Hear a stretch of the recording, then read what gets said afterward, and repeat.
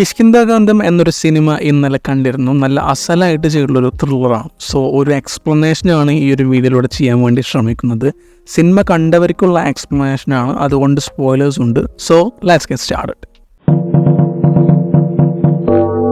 സിനിമയിലെ മിസ്റ്ററീസ് പുറത്തു വരുന്നതിൻ്റെ പ്രധാനപ്പെട്ട കാരണം അത് അപർണയാണ്. ഒരു ക്രൈം നടന്ന കാര്യം അറിയുന്നത് ജയചന്ദ്രനാണെങ്കിലും അത് ഹൈഡ് ചെയ്യുന്നത് അയാളാണ്. ഇതിനെപ്പറ്റി അന്വേഷണം നടത്തുന്നത് അപ്പുപിള്ളയാണ്. പക്ഷേ ഈ ക്രൈമിനെ കുറിച്ച് ജീവിച്ചിരിക്കുന്നവരിൽ മൂന്നാമതൊരാൾ അറിയുന്നുണ്ടെങ്കിൽ അത് അപർണയാണ്.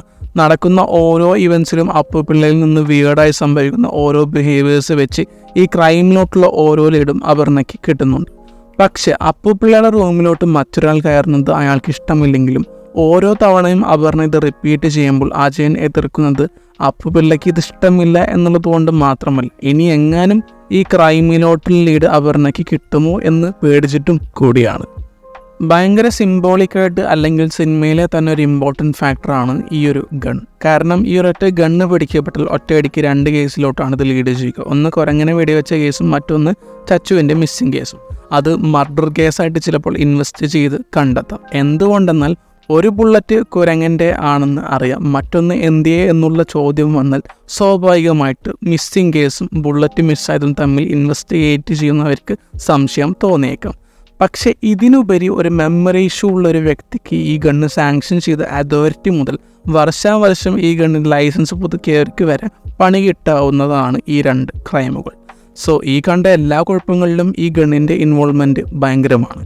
സുമദത്തൻ വരുന്ന സമയത്ത് അപ്പുപിള്ള ചച്ചുവിനെ അടിക്കുന്നത് മാത്രമേ കാണിക്കുന്നുള്ളൂ. പക്ഷേ ഏതാണ്ട് 1-1.5 കിലോ ഭാരം വരുന്നൊരു ഗണ്ണെടുത്ത് കറക്റ്റായി എങ്ങനെ ഒരു കുരങ്ങനെ ചച്ചു വെടിവെക്കും എന്നൊരു ചോദ്യം ഉണ്ടവിടെ.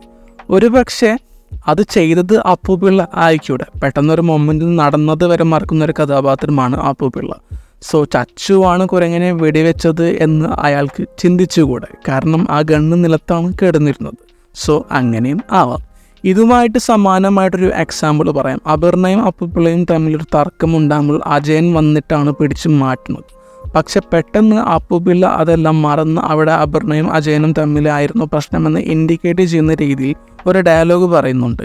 നിങ്ങൾ തമ്മിൽ എന്തെങ്കിലും പ്രശ്നമുണ്ടെങ്കിൽ അത് മുറിക്കകത്ത് സംസാരിച്ച് തീർക്കണം. സോ ഇതുപോലെ പെട്ടെന്ന് ചച്ചുവിലോട്ട് ആ കുരങ്ങനെ ഡൈവേർട്ട് ചെയ്യിപ്പിക്കുന്നത് ആയിക്കൂടെ. അപ്പുപിള്ളയ്ക്ക് ചച്ചുവാണ് ആ കുരങ്ങനെ കൊന്നത് എന്ന് പറയാനൊരു റീസൺ ഉണ്ട്. ഇനി ചച്ചുവാണ് ശരിക്കും കൊന്നതെങ്കിൽ സെയിം റീസൺ ഒരു സെൻസ് ഉണ്ടാക്കുന്നുണ്ട്. റേഡിയോ മുതൽ ചച്ചുവിൻ്റെ കളിപ്പാട്ടങ്ങൾ വരെ എടുത്തുകൊണ്ട് പോയിട്ടുള്ളത് ഈ കുരങ്ങന്മാരാണ്. സോ ചച്ചുവിന് ഓൾറെഡി ഈ കുരങ്ങന്മാരോടൊരു ഹെയ്റ്റ് ഉണ്ടാവാൻ അതൊരു റീസണാണ്. സോ ചച്ചുവാണ് ശരിക്കും വെടിവെച്ചതെങ്കിൽ ഈ ഒരു റീസൺ അവിടെ വാലിഡാണ്. അപ്പുപിള്ളയുടെ ഗണ്ണ് മിസ്സായെന്നാണ് ഇയാൾ എല്ലാവരോടും പറഞ്ഞിട്ടുള്ളത്. പക്ഷെ കുരങ്ങൻ്റെ ബോഡി കണ്ടെത്തുന്നതും വേറൊരു കുരങ്ങൻ്റെ കയ്യിൽ ഗണ്ണുള്ളതും കൂടി കണക്ട് ചെയ്യുന്നതിൻ്റെ മുന്നേ തന്നെ ഇൻട്രോഗേഷൻ ടൈമിൽ അപ്പുപിള്ള അത് തൻ്റെ ഗണ്ണാണെന്ന് കൺഫേം ചെയ്യുന്നുണ്ട്. പിന്നെ അങ്ങനത്തെ ഒരു ഗണ്ണ് വേറെ ആരെങ്കിലും കണ്ടിട്ടില്ല, അത് ഇമ്പോർട്ടഡ് ഗണ്ണാണ്. ഫോറസ്റ്റ് ഡിപ്പാർട്ട്മെൻറ്റിന് മനസ്സിലാവുമ്പോൾ ആർമി ഓഫീസേഴ്സിൻ്റെ കയ്യിൽ ഇങ്ങനത്തെ ഒരു ഗണ്ണ് ഉണ്ടാവുള്ളൂ എന്നൊക്കെ അവർ വിശ്വസിക്കുകയും ചെയ്തു. പക്ഷേ ഇങ്ങനൊരു ഗണ്ണും കുരങ്ങൻ്റെ മർഡറും വെച്ച് അപ്പുപിള്ളയ്ക്കെതിരെ ഒന്നും ചാർജ് ചെയ്യാൻ പറ്റില്ല. കാരണം ഇയാൾക്ക് ഈ ഇൻസിഡൻറ്റ് ഓർമ്മയില്ല. ഇനി ചാർജ് ചെയ്താൽ ഇങ്ങനൊരു ഡിസീസ് ഉള്ള ഒരാൾക്ക് ഗണ്ണ് സാങ്ഷൻ ചെയ്തതിൻ്റെ പേരിലും ഇനി ലൈസൻസ് വർഷാവർഷം പുതുക്കിയതിൻ്റെ പേരിലും ഇവരെല്ലാവരും കൊടുക്കും. സോ നൈസായിട്ട് ഒറിജിനൽ ഗണ്ണ് ഒളിപ്പിച്ച് വെച്ച് കുരങ്ങൻ്റെ കയ്യിലെ ഗണ്ണാണ് തൻ്റെ ഗണ്ണെന്ന് പറയുകയും ചെയ്തു. ഇനി ഈ ഗണ്ണാണെങ്കിൽ ഇവർക്ക് കിട്ടുകയും ചെയ്തിട്ടില്ല. ചച്ചുവിന് എന്ത് പറ്റി എന്നറിയാൻ ഇൻവെസ്റ്റിഗേഷൻ നടത്തുന്നതാണ് അപ്പുപിള്ള എപ്പോഴും ചെയ്തുകൊണ്ടിരിക്കുന്നത്. തൻ്റേന്ന് ഇനി വലിയ മിസ്റ്റേക്ക് പറ്റുമോ എന്നറിയാനും കൂടി വേണ്ടിയിട്ടാണ്. ഇയാൾ ഓരോ ഫൈൻഡിങ്സ് കണ്ടെത്തും. അത് പിന്നെ കൺഫേം ചെയ്യാൻ വേണ്ടി അജയൻ്റെ വൈഫിൻ്റെ ഹോസ്പിറ്റൽ റിപ്പോർട്ട് കിട്ടാൻ വേണ്ടി ആ ഹോസ്പിറ്റലിലോട്ട് പോകുന്നുണ്ട്. അപ്പോൾ മാർച്ച് 19 എന്ന ഡേറ്റ് അതിൽ കാണുന്നു. എന്നാൽ കുട്ടി മിസ്സായി എന്ന് പോലീസിന് കംപ്ലൈൻറ്റ് കൊടുക്കുന്നത് മാർച്ച് 20-നാണ്.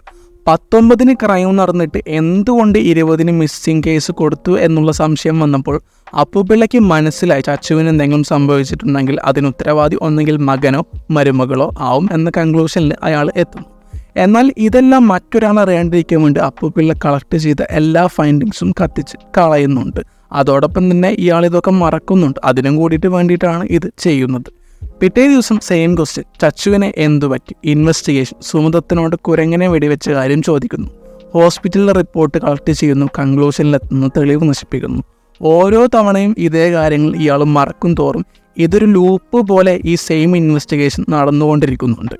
20th കുട്ടി മിസ്സായെന്ന് കംപ്ലൈൻറ്റ് ചെയ്യുമ്പോൾ 20 റിപ്പോർട്ട് ചെയ്യുന്നതിന് പകരം ക്രൈം നടന്ന 19 എന്തുകൊണ്ട് മിസ്സിംഗ് റിപ്പോർട്ട് ചെയ്തില്ല എന്നുള്ളൊരു പിഴവ് കൊണ്ട് മാത്രമാണ് അപ്പുപിള്ളയ്ക്ക് ഈ ക്രൈമിനെ കുറിച്ചിട്ടുള്ളൊരു കൺക്ലൂഷൻ കിട്ടുന്നത്. പക്ഷേ ഇതൊരു മിസ്സിംഗ് കേസാണെന്നതിനുപരി ഒരു കാര്യപ്പെട്ട ഫൈൻഡിങ്സ് പോലീസിന് കിട്ടിയില്ല. എന്നാൽ ഇതൊരു മിസ്സിംഗ് കേസാണെന്ന് അജയനെ അവരെ വിശ്വസിപ്പിക്കാൻ സാധിച്ചു. കാരണം കുട്ടി ഇങ്ങനെ ഇടയ്ക്കിടയ്ക്ക് ചാടിപ്പോകുന്നത് അവർക്കും അറിയുന്നൊരു കാര്യമാണ്. സോ അവരും ഇതൊരു മിസ്സിംഗ് കേസാണെന്ന് വിശ്വസിച്ചു.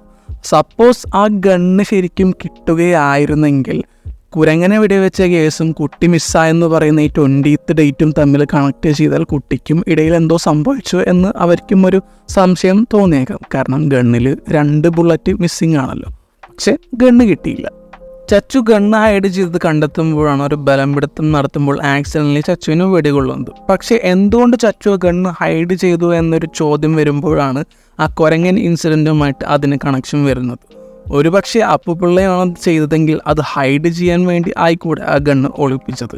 കുട്ടി മരിക്കുന്നതും ആൻഡ് ഈ കുരങ്ങൻ ഇൻസിഡൻറ്റും നടക്കുന്നത് സെയിം ഡേറ്റിലാണ്, അതായത് മാർച്ച് 19. ചെയ്തത് കുട്ടിയോ അപ്പുപിള്ളയോ ആരോ ആയിക്കോട്ടെ, പക്ഷേ ഇത് വേറെ ആരെങ്കിലും കണ്ടെത്തിയാൽ ഗണ്ണിൻ്റെ പൊസിഷൻ ഉള്ളത് അപ്പുപിള്ളയ്ക്കാണ്. സോ പണി എങ്ങനെ ആയാലും കിട്ടാം. ഈ ഒരു കാരണം കൊണ്ടായിരിക്കും ആ ഗണ്ണ് ഹൈഡ് ചെയ്തത്. പക്ഷേ അപ്പോഴും ഞാൻ നേരത്തെ പറഞ്ഞ പോലെ ഗണ്ണിൻ്റെ പിന്നാലെ പോയാൽ എല്ലാവർക്കും പണി കിട്ടും. പറ്റുന്ന പോലെ ഒരു എക്സ്പ്ലനേഷൻ ചെയ്തിട്ടുണ്ട്. ഈ സിനിമയെക്കുറിച്ചിട്ടുള്ള നിങ്ങളുടെ അഭിപ്രായം കമൻറ്റ് സെക്ഷനിൽ പറയുക. മറ്റൊരു വീഡിയോ ആയിട്ട് പിന്നെ വരാം. Bye guys.